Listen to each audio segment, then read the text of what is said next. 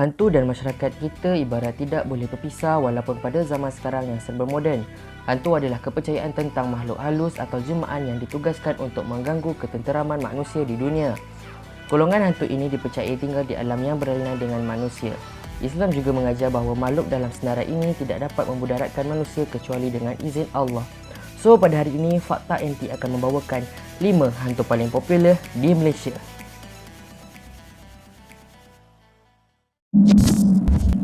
Nenek Kebayan. Nenek Kebayan merupakan nenek tua yang menakutkan. Dikenali sebagai makhluk halus dari alam bunian dan jin di hutan dan kawasan pergunungan. Kisah Nenek Kebayan sudah diceritakan dari zaman dulu lagi. Digambarkan sebagai seorang wanita tua yang suka menculik kanak-kanak menerusi lagu nenek-nenek si bongkok tiga. Terkenal sebagai penjaga Puteri Gunung Ledang yang bertempat di Gunung Ledang, Johor. Nenek Kebayan merupakan seorang bidan, bomoh dan pawang tapi selalu mengamalkan amalan syirik dalam proses perubatannya. Menurut seorang pelajar universiti menceritakan pengalamannya yang pernah ditegur oleh Nenek Kebayan sewaktu mengikuti aktiviti perkemahan. Pelajar tersebut mendakwa bahawa dia didatangi oleh Nenek Kebayan dalam bentuk mimpi. Dalam mimpi tersebut dikatakan bahawa Nenek Kebayan membenarkan mereka melakukan aktiviti di situ dengan syarat menjaga tingkah laku sewaktu berada di kawasannya. Disebabkan sekarang zaman moden dan masyarakat lebih berpegang kepada ajaran Islam, kisah Nenek Kebayan sekadar menjadi mitos dan cerita rakyat semata-mata.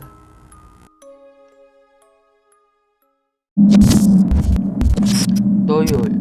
Toyol merupakan sejenis makhluk halus dalam kepercayaan masyarakat Melayu dan Jawa di rantau Nusantara.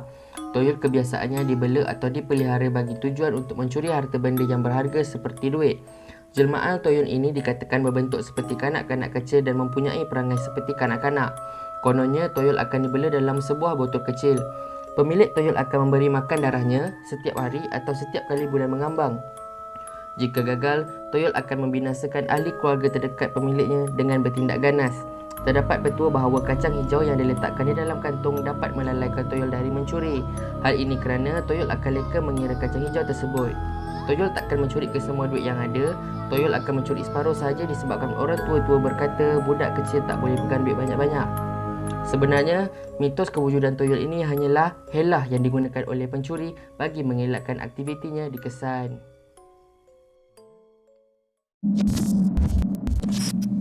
Orang minyak.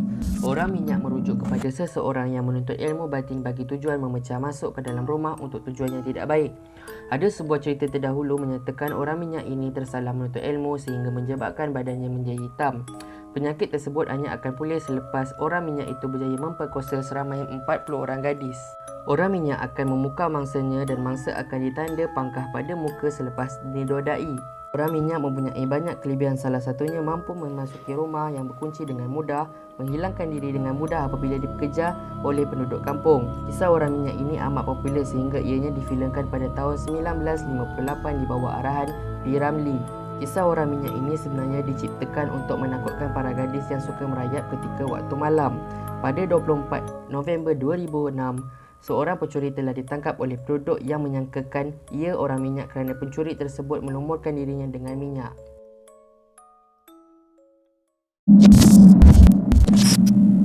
Pontianak. Pontianak merupakan sejenis makhluk gaib yang dipercayai oleh masyarakat Melayu. Kewujudan Pontianak ini dikaitkan dengan seorang wanita yang mati ketika hamil. Terdapat juga kabar angin yang menyatakan bahawa Pontianak ini merupakan jin liar yang suka menyakat masyarakat manusia. Digambarkan, Pontianak ini adalah seorang wanita cantik, berambut ikan mayang dan berbaju putih. Tanda-tanda Pontianak ini akan menjelma adalah haruman bunga kemboja secara tiba-tiba. Pontianak kebiasaannya akan menjelma sebagai seorang wanita cantik yang sedang berjalan di tempat yang sunyi bagi memikat para lelaki. Kononnya, lelaki yang terkena dengan helah Pontianak itu akan dibunuh dan darahnya akan dihisap. Mengikut kepercayaan masyarakat Melayu, benda tajam seperti paku dapat menukarkan Pontianak itu kepada manusia dengan syarat paku itu harus dicucukkan pada leher Pontianak tersebut. Cerita Pontianak ini direka bagi bertujuan mengelakkan golongan wanita daripada diganggu oleh kaum lelaki ketika berseorangan.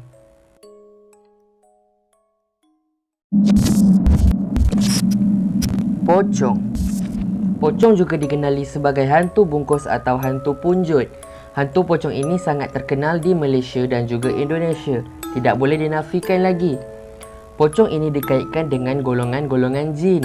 Cerita rakyat mengatakan pocong ini akan mencari mangsa untuk meminta bantuan membuka ikatan tali pada badannya. Pocong juga dikatakan akan menjelma dalam bentuk mayat yang dibungkus dengan kain kafan. Pocong selalunya akan mengganggu orang-orang yang lemah semangat dan penakut. Pergerakan hantu pocong ini sering digambarkan dengan cara melompat. Ada juga mengatakan pocong ini bergerak sepantas kereta. Pocong juga boleh bergerak seiring dengan mangsanya yang mahu disakat. Pocong sebenarnya bukanlah dipelihara atau dibela. Ianya bergerak secara bebas dan berkemungkinan adalah jelmaan jin yang mengganggu manusia.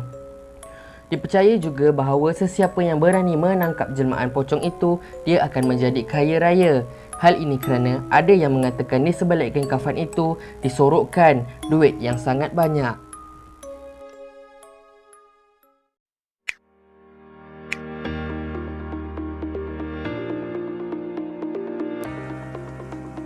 So, itulah dia senarai 5 hantu paling popular di Malaysia. Itu sahaja untuk video kali ini. Kalau korang minat dengan video yang NT Channel bawakan, jangan lupa tekan button subscribe dan icon loceng supaya korang menjadi orang terawal yang menonton. Jumpa lagi di next video. Thanks for watching. Bye bye.